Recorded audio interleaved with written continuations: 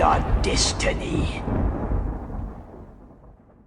The argument that the Jedi Order in the Star Wars universe could be considered evil is a provocative perspective that challenges the traditional view of the Jedi as heroic guardians of peace and justice. This viewpoint, often debated among fans, stems from analyzing the Jedi's actions, philosophy, and impact on the galaxy through a critical lens. The Jedi's rigid dogma and suppression of emotion. One of the core criticisms of the Jedi Order is their strict adherence to a philosophy that suppresses natural human emotions, which can be seen as harmful and morally questionable. The Jedi Code emphasizes detachment, forbidding attachments and emotions like love, anger, or fear, as they believe these lead to the dark side.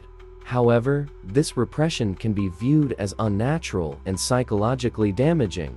This emotional suppression creates a culture of emotional stunting. Jedi are trained from childhood to reject personal connections, which can lead to isolation and a lack of empathy. The Jedi demonstrate a lack of compassion, prioritizing their code over human suffering. This rigidity isolated individuals like Anakin, whose emotional needs were unmet, making them vulnerable to manipulation by figures like Palpatine. The Jedi claim to uphold peace and justice, yet their emotional detachment often leads to cold, utilitarian decisions. Their philosophy prioritizes the greater good over individual lives. Qui-Gon Jinn is willing to leave Shmi Skywalker in slavery while taking Anakin, showing a lack of concern for her plight. This selective compassion undermines their moral authority. The Jedi have a role as enforcers of a corrupt republic. The Jedi Order's close alignment with the Galactic Republic tethers them to a corrupt political system, implicating them in its moral failings. They are servants of a flawed system. By the time of the prequel trilogy, the Galactic Republic is riddled with corruption, bureaucracy, and inequality. The Jedi, as the Republic's enforcers, uphold this system without questioning it. For example, they protect the interests of the Republic even when it fails to address issues like slavery on Outer Rim planets or the exploitation of marginalized groups. Their role as peacekeepers often translates to maintaining the status quo, which benefits the powerful while ignoring the oppressed. In the militarization during the Clone Wars, the Jedi take on the role of generals, leading an army of clone soldiers. This militarization contradicts their supposed commitment to peace. The clones, who are sentient beings bred for war, are treated as tools by the Jedi, who rarely question their exploitation or the ethics of commanding a slave army. This willingness to engage in large-scale warfare aligns the Jedi with the Republic's imperialist tendencies, casting them as oppressors rather than peacekeepers. The Jedi are complicit in political manipulation. The Jedi's loyalty to the Republic blinds them to Palpatine's scheme. They fail to recognize him as Darth Sidious, despite their Force sensitivity, and even enable his rise to power by following his orders during the Clone Wars. Their unquestioning obedience to a corrupt government implicates them in the suffering caused by the war and the eventual establishment of the Empire. The Jedi also participate in child recruitment and indoctrination. The Jedi's practice of recruiting young children and raising them in a highly controlled environment raises ethical concerns about consent and autonomy. The Jedi identify Force-sensitive children at a young age and take them from their families to be trained at the Jedi Temple. While it's implied that parental consent is given, the process is coercive, as families are pressured by the Jedi's authority and prestige.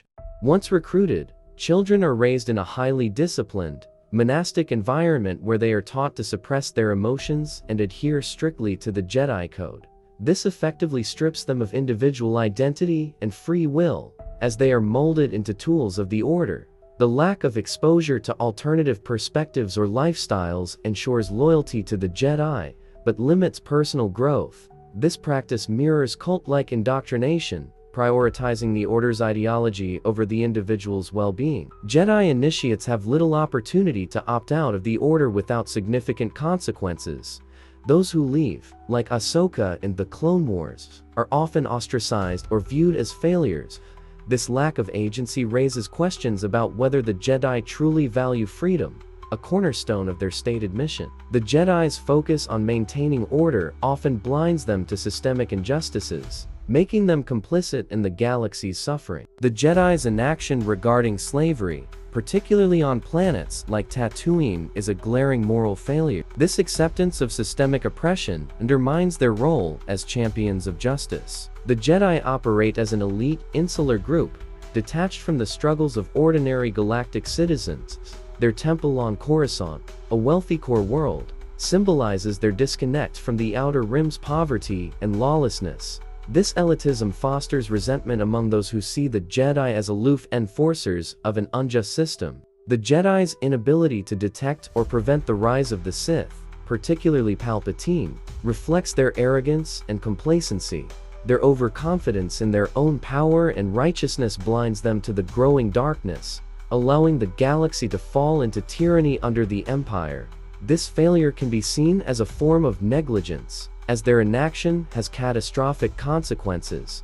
Anakin Skywalker's transformation into Darth Vader can be cited as evidence of the Jedi's moral failings, as their actions and philosophy directly contribute to his fall. The Jedi fail to provide Anakin with the emotional support he needs, particularly regarding his fear of loss. Their dismissive attitude and insistence on detachment push him toward Palpatine, who offers understanding and validation. The Jedi's mistrust of Anakin, for example, they assign him to spy on Palpatine, but deny him the rank of Jedi Master, signaling a lack of trust despite his contributions. This hypocrisy fuels his resentment and sense of betrayal. Anakin's traumatic past as a slave is largely ignored by the Jedi, who expect him to conform to their standards without addressing his unique experiences. This lack of empathy and understanding sets the stage for his vulnerability to the dark side.